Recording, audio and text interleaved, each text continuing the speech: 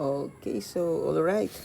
Okay, so we have here another problem in the simple stresses. So we have a given figure. The given figure is meron tayong tatlong loadings dito. At saka yung distance niya is 0.1 meters. At saka we have a pin support. Lahat niya, halos lahat nakapin. Tapos ito roller support. So meron tayong reaction dyan. Dalawa yung magiging reaction, na horizontal and the vertical reaction. At saka nakahang itong EB or BE. So, three forces, each of magnitude P is 4 kilonewton. So, ito na yung P. We have the 4 kilonewton load are applied to the structure shown. Determine the cross-sectional area of the uniform portion of the rod, BE. Ito yon yung rod na gagawin natin dyan. For which the normal stress in that portion is positive 100 megapascal. So, ibig sabihin, pag positive, that would be tensile. Okay, that is the tensile stress kasi positive megapascal. Positive 100. Okay, so itong 100, that would be the allowable stress in the BE. Siya lang yung allowable na stress natin. Hanggang 100 megapascal lang dapat yung ating magiging loadings dyan. Okay? So, solve natin.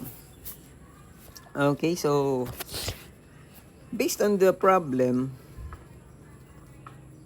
ang una mo kasing titirahin dyan, for example, kasi meron tayo ditong 4 kilonewton, 4 kilonewton, at saka 4 kilonewton. Yung una mong titirahin dyan is isa-sum up mo. Summation of forces vertical is equal to 0. So, meron kang tatlong loadings na 4 kilonewton.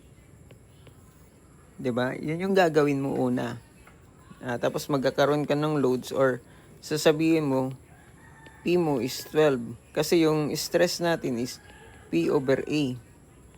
At saka yung A mo is magiging P over the stress. Which is given ka na ng 12, tapos given ka pa ng 100 megapascal. So ito gawin mong para maging mm, gawin mo tong times 3 or 1,000 or multiply mo ng 1,000 para maging newton. Kasi ito magiging newton mm squared. Para ma-cancel out, maging mm squared. So yun yung basic na gagawin mo or yung basic na naiisip mo. Diba? Yun yung pinakamadaling solusyon dyan eh. Kaya lang, of course, andun yun sa choices. Pag lumabas yun sa choices, yun na yung sasagot mo. But that is not the proper way of solving. Diba? That is not the proper way. Yung gagawin mo, i-analyze mo munang mabuti. Based yung natutunan mo doon sa statics, ano ba ang pagkuha ng reaction? Paano mo ba kukunin yung reaction? Kasi, supposedly, dapat magkakaroon ka dito ng reaction.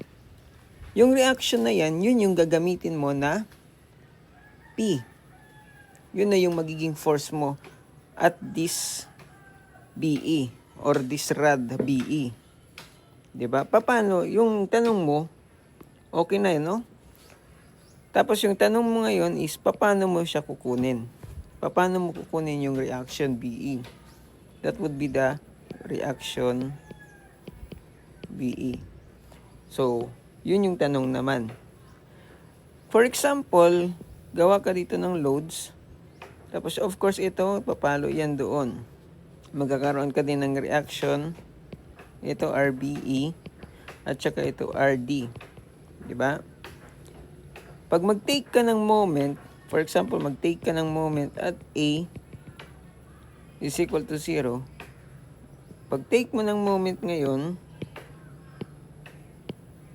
sumasalungat, tapos ito sumasalungat, ito umaayon. So magkakaroon ka ng dalawang unknown. Unknown ito at saka unknown ito. 'Di ba? magkakaroon ka ng dalawang unknown. Which is okay lang din naman. Ang ano mo pa dyan is, pwede mong gawin yan, pero maghahanap ka pa ng other way solution para ma-solve mo yan. Kasi kailangan, pag may dalawa kang unknown, kailangan mo ng dalawang equation para ma-solve mo. Ngayon, kung isa lang yung equation mo, so paano mo siya isosolve kung dalawa yung unknown mo? Okay. So, yun na yung first option mo. Pwede kang mag-summation of make. Kaya lang magkakaroon ka ng dalawang unknown, BE and RD. Diba? Next naman is ganito.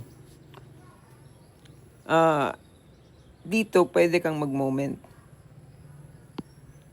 Dito. Diba? Pwede kang mag-moment dyan kasi naka-support yan eh. Hinge na siya. Ibig sabihin may bolt yan, naka-pin. May pin support.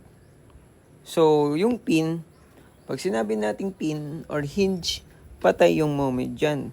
Yung moment dyan is 0. Diba? Magiging 0 yung moment dyan. So, yun, meron ka ng moment, summation of moment mo naman at C is equal to 0. Kasi 0 yung moment dyan eh. Diba? 0 yung moment dyan. Ang tendency, pag patay yung moment dyan,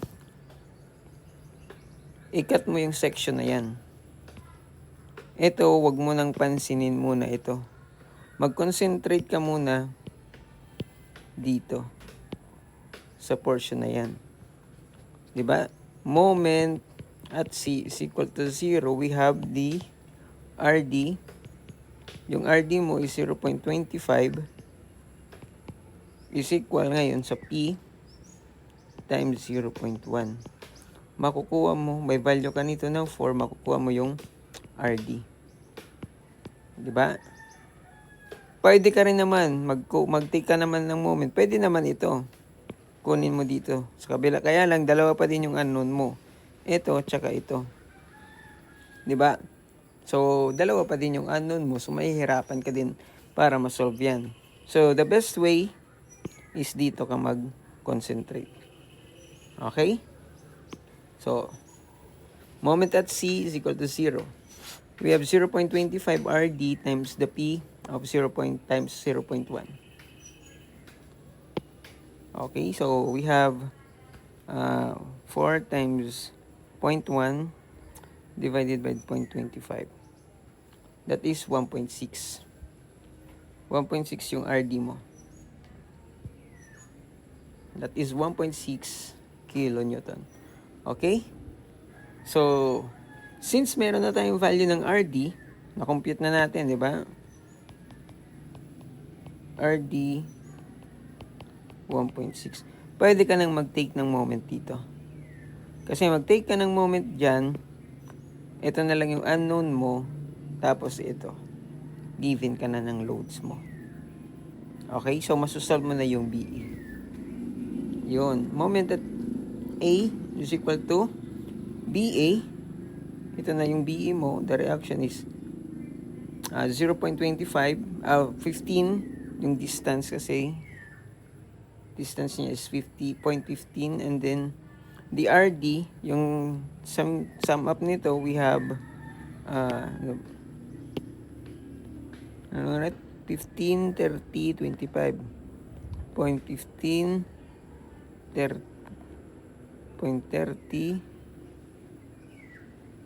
plus 0.25.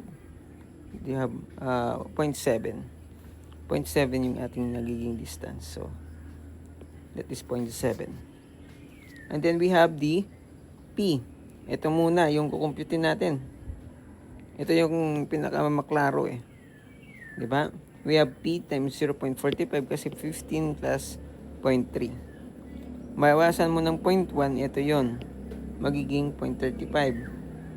Tapos ito naman, that would be the distance is 0.55. Okay? So, ngayon may value tayo ni RD. Si RD may 1.6. Makukompute natin ngayon yan. So, ito, i-sum up natin or i-factorize natin kasi paras lang naman may P. factor out natin. So we have P times the 0.45, 0.35, and 0.55. Okay?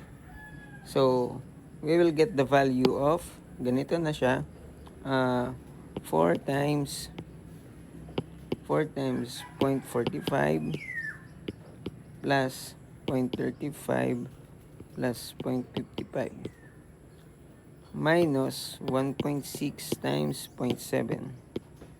We have 4.28 divided by 0.15. We have 28.533. Okay, so yung unit natin dyan is in terms of kilonewton. Kasi cancel out ito. Okay, so that is our reaction pa lang sa BE. Ngayon is magko-compute pa rin tayo kasi yung hinahanap dito is the cross-sectional area. So, yung BE natin, yun yung ating magiging force. So, i-apply na natin ngayon that the stress is equal to P over A. Yung hinahanap is AP over the stress. Okay? So, ganyan yung ating magiging formula. We have 28.533 kilonewton and then we have the given stress of 100 megapascal. So, yung kilonewton is kilonewton yung megapascal. Kung ano yung gusto mong palabasin, we have the megapascal is equivalent also to yan, Newton per mm squared. So, gawin ko tong Newton. Diba? Times 1,000. Para maging over Newton mm squared. So, magiging cancel out yung Newton. Matitira na lang yung mm squared.